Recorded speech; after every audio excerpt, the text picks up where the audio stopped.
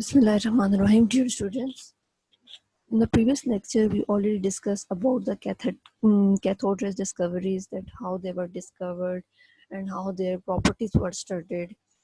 That how we came to know that they carry a negative charge, they possess momentum, they produce X-rays.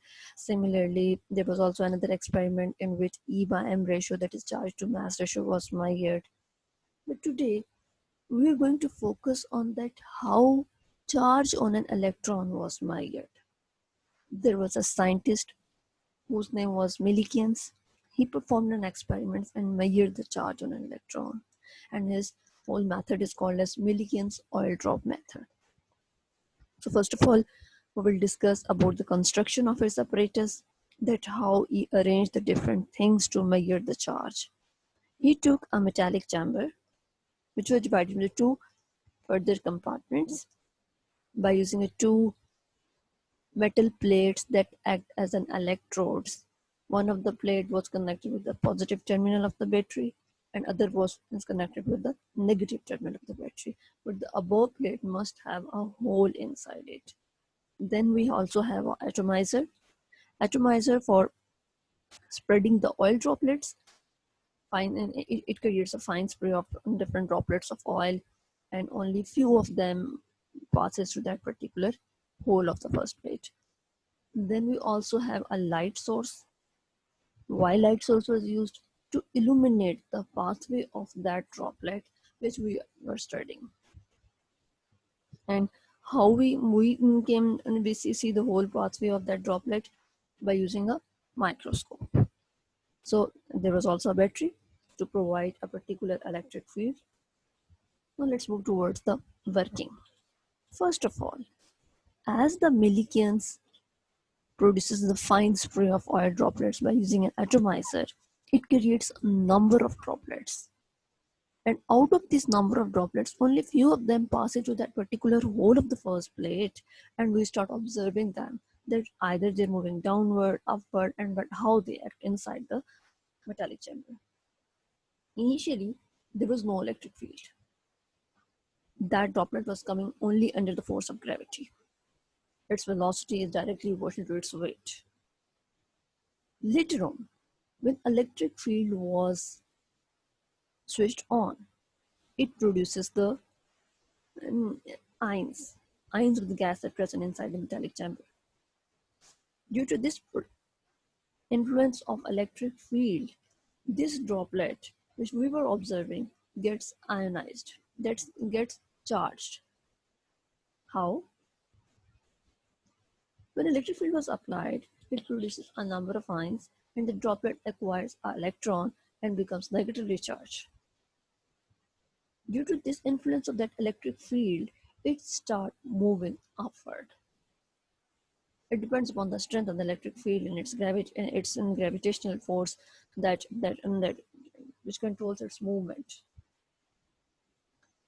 Then initial velocity is directly proportional to its weight, as you can see in equation 1, while in equation 2, after applying the electric field, there's influence of that particular electric field, by which we measure its weight and find that electric intensity. Now there are two methods that how we measure the charge. Either by dividing these two equations, you get final equation 3, and then by putting all the values of all the quantities, we can measure the charge.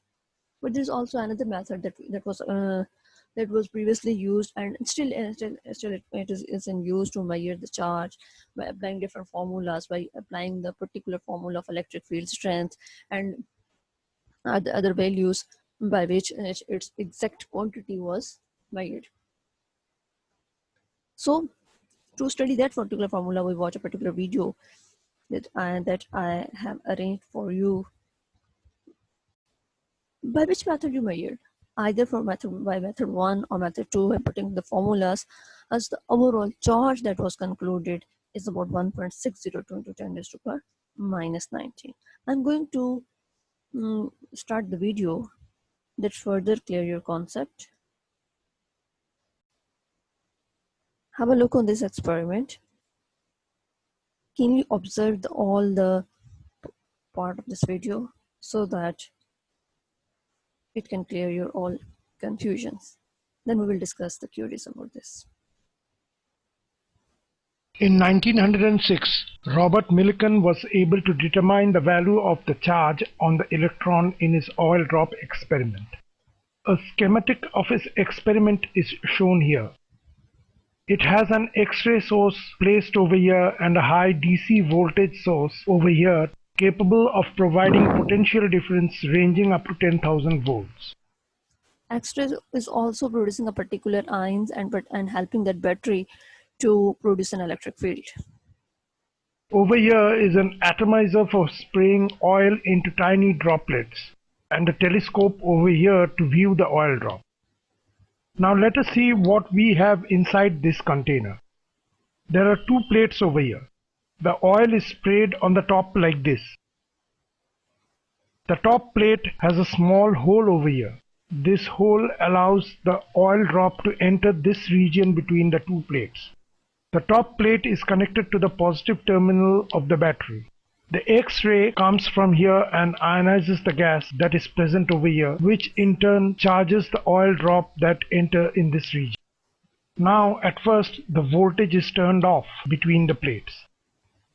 We watch the motion of the falling drop. First it accelerates because of the gravitational force Fg, and then due to viscous force Fv, a steady velocity is reached due to the air inside, which acts in a direction opposite to the motion of the oil drop. Let this velocity be v1. v1 can be known by recording the time required for an oil drop to fall a certain distance with a constant velocity. Let us see what forces act on the oil drop. While calculating the gravitational force, we have to take into consideration the buoyant force. Now Fg, which is the gravitational force, which is equal to 4/3 pi r cube rho minus rho air into g, where 4/3 pi r cube is the volume of the oil drop and g is the acceleration due to gravity. Rho is the density of oil and rho air is the density of air. Using Stokes' law, Fv equal to 6 pi eta r v1, where r equal to radius of oil drop and eta equal to viscosity of air. When the oil drop fall with constant velocity, then there should be no force acting on it. So these two forces are equal to each other. That is 4/3 pi r cube rho minus rho air into g equal to 6 pi eta r v1, or r square equal to 9 eta v1 divided by 2g rho minus rho air.